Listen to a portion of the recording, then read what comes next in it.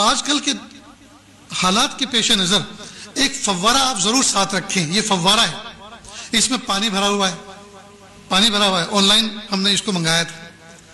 اس کا فائدہ یہ ہے کہ آدمی اگر حرم میں بیٹھا ہوا ہے اور اس کا وضو ٹوٹ گیا, اب اگر آپ حرم سے باہر نکل کر واپس جانا چاہیں تو یہ ممکن ہی نہیں, پولیس والے جانے نہیں دیتے, بھیڑ اتنی ہے.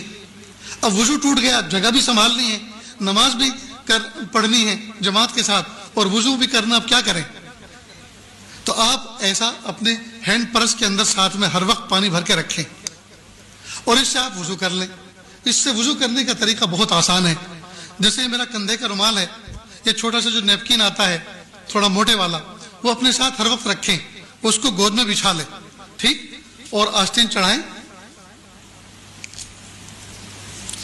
اور اس سے وضو کرنے کا طریقہ یہ ہے کہ وضو میں سب سے پہلے کلی کی جاتی ہے, ہاتھ دھوئے جاتے ہیں, ٹھیک, اس کے بعد کلی کی جاتی ہے, ناک میں پانی ڈالا جاتا ہے. لیکن یہ فرض نہیں ہے, یہ اگر نہیں بھی ہوگا تو بھی وضو ہو جائے گا.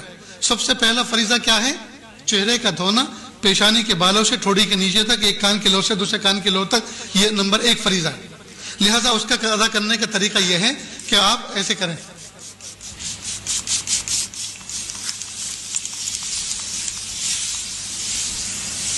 دیکھو میرا منہ بھیگ گیا نا, اس کو میں نے مل لیا. اور شریعت کا فقہ کا اصول یہ ہے, جس عضو کو دھونا ہے اگر اس میں سے 1-2 قطرہ پانی ٹپک گیا تو وہ دھلا ہوا سمجھا جائے گا. یہ تو قطرات تو ٹپک گئے تو چہرہ دھل گیا. اب ہاتھ دھونا ہے جی. دوسرا فریضہ انگلیوں سے لے کر کوہنی تک, کوہنی سمیت اپنا پورا ہاتھ دھونا, دونوں ہاتھ دھونا. تو اس کا طریقہ یہ ہے کہ آپ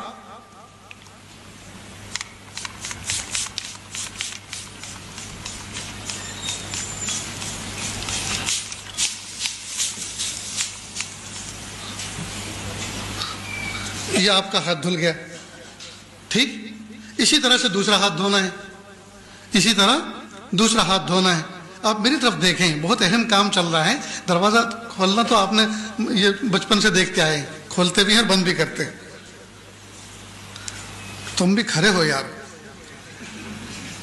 جو نہیں دیکھنے کا ہے وہ دیکھتے ہو, جو دیکھنا ہے اس کو نہیں دیکھتے. تو دوسرا ہاتھ بھی ہو گیا, ٹھیک. یہ تو میں نے وقت کو بچانے کے لیے ایک ہاتھ کو صرف ایسے ہی بتا دیا, ایک ہاتھ ایسے, تو دوسرا بھی ایسے دھونا ہے. اس کے بعد پھر ہاتھ کو تر کیا دونوں اور سر کا مسح کر لیا.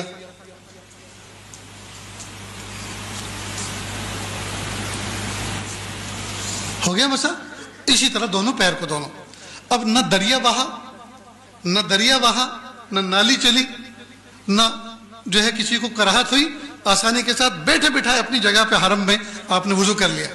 ایسا ہی آپ جہاز میں کر سکتے ہیں, ایسا ہی آپ بس میں کر سکتے ہیں, ایسا ہی آپ ٹرین میں کر سکتے ہیں, اور ایسا ہی آپ ہر مجمع میں کر سکتے ہیں, اور آپ باوضو رہیں گے.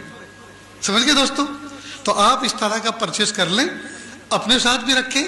ماں بہنیں جو حج میں ساتھ میں جا رہی ہیں ان کا الگ رکھیں, سمجھ گئے, ان کا رکھیں. انشاءاللہ ان کو کبھی بھی تکلیف نہیں ہوگی. میرے دوستو, سفر میں کوشش اس بات کی کریں کھانے پینے پہ کنٹرول ہو. دیکھو آپ بھوک برداشت کر سکتے, لیکن کھانے کے بعد جب استنجے کا تقاضا ہوتا ہے, اگر مناسب جگہ نہ ملی تو وہ برداشت نہیں کر سکتے.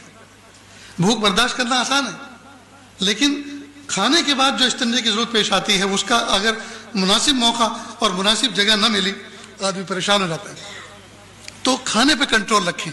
خاص طور سے حج کے 5 دنوں کے اندر کم سے کم کھائیں, تاکہ آپ کو زیادہ سے زیادہ ٹوائلٹ اور اس سے جو ہے آپ کی حفاظت ہو سکے, اور آپ کا وقت وہاں لائن لگانے میں نہ گزرے, بلکہ طاعت و اذکار, ذکر و اذکار میں گزرے.